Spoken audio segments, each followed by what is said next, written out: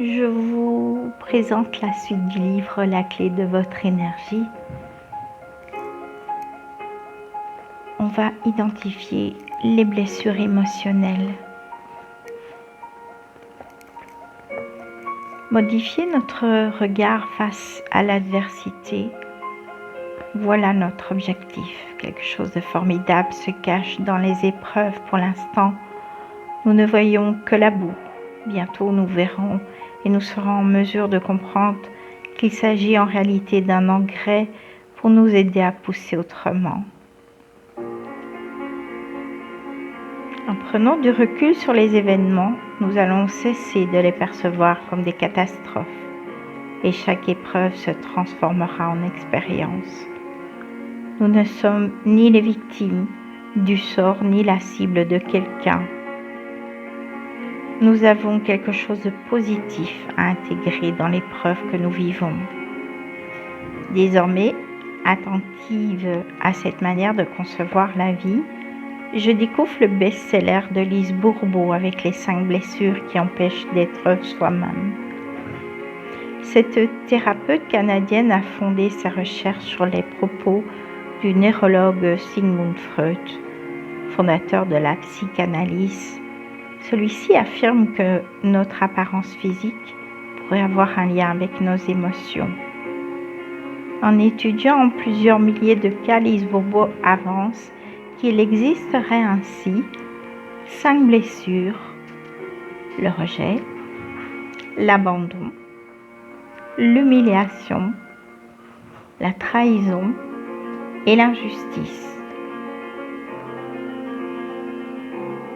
Chacun d'entre nous sera amené à en vivre 2 ou 3 prépondérantes. Elle décrit dans son livre la manière dont notre corps emporte les stigmates et propose un portrait robot pour chaque blessure. J'ai choisi de vous en présenter les caractéristiques majeures en les rapportant à des personnalités politiques bien connues.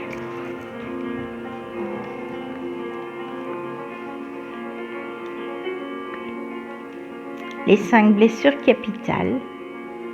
La première, la blessure du rejet, est un corps étroit ou mince durant l'enfance avec très souvent un creux au niveau de la poitrine, a comme un masque autour des yeux, recherche la perfection dans le travail, solitaire et considéré comme à part dans sa corporation, choisit de fuir face à une situation difficile, par exemple Alain Juppé et François Bayrou. La blessure d'abandon, un corps qui manque de tonus, un dos courbé, un regard triste, recherche l'attention et rêve d'exercer un métier qui rend public, demande des conseils et ne le suit pas nécessairement, ne supporte pas de vivre seul, très chaleureux avec son entourage, François Hollande et Lionel Jospin. La blessure d'humiliation est un corps et visage rond, des yeux grands ouverts, n'aime pas aller vite, essaye d'être parfait pour éviter les critiques, s'impose de faire plus pour les autres que pour lui-même, au point d'avoir le sentiment qu'on abuse de lui. Marine Le Pen et François Mitterrand.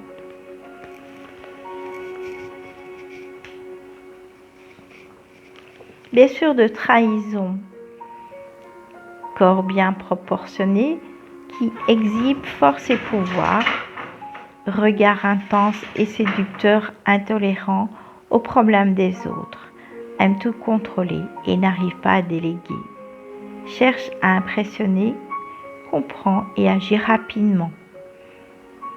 Nicolas Sarkozy et Dominique de Villepin. Blessure d'injustice, corps droit et d'apparence parfaite, fesses rondes, regard brillant et vivant, très exigeant envers lui-même, cherchant la perfection, estime qu'il n'a aucun problème et a des difficultés à se faire plaisir sans se sentir coupable. Emmanuel Macron et Benoît Hamon. Si vous pensez en lisant ces lignes, je ne me reconnais pas dans une de ces descriptions, et que votre entourage dit « mais si, c'est exactement toi », c'est normal. Notre mental essaye toujours de nous éloigner de nos blessures afin de nous protéger de cette prise de conscience douloureuse. J'en ai fait l'expérience lors d'une conférence dans laquelle je venais de les évoquer. Un homme est venu à ma rencontre pour m'interroger. J'ai noté 4 blessures et il m'en manque une. J'ai attiré son attention sur le fait que celle qui lui manquait était sans doute sa blessure majeure. Son mental cherchant ainsi à lui éviter une souffrance au cas où il ne serait pas prêt à voir la réalité en face. Il m'a souri, incrédule, et je lui ai alors demandé de me citer celle qu'il avait notée. Il lui manquait la trahison. C'est toute ma vie, a-t-il murmuré, ébahi. Êtes-vous prêt à tenter l'expérience?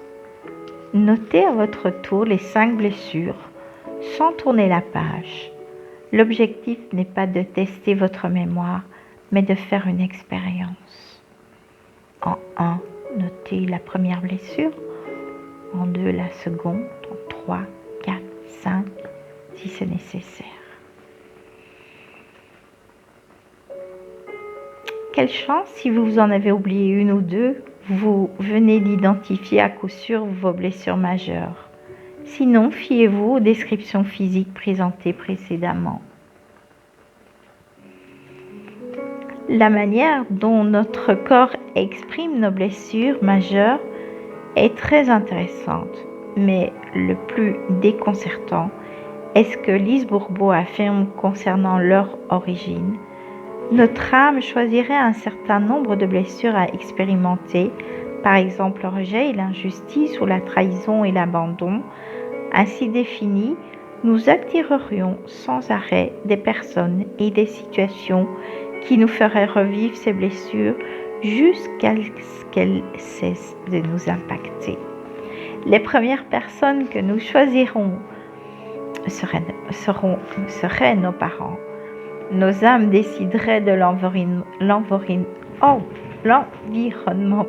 familial, culturel et sociétal dans lequel nous naîtrions. Lorsque j'ai découvert cette approche, je suis restée perplexe.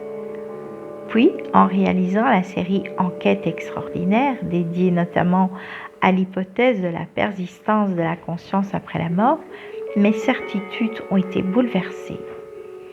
Un peu plus de la moitié de la population mondiale croit à la réincarnation, mais cela restait à mon goût une vision exotique et orientale des choses.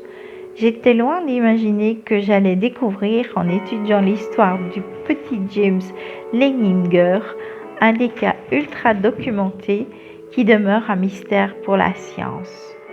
Originaire de Louisiane aux États-Unis, James est âgé de 2 ans en 2000. Lorsque commencent ses cauchemars, il ne cesse de crier « avion en feu » et de frapper contre son lit à barreaux en hurlant qu'il n'arrive pas à sortir du cockpit. En grandissant, l'enfant prétend être un aviateur américain ayant servi durant la Seconde Guerre mondiale, dont la base était le porte-avions Natoma.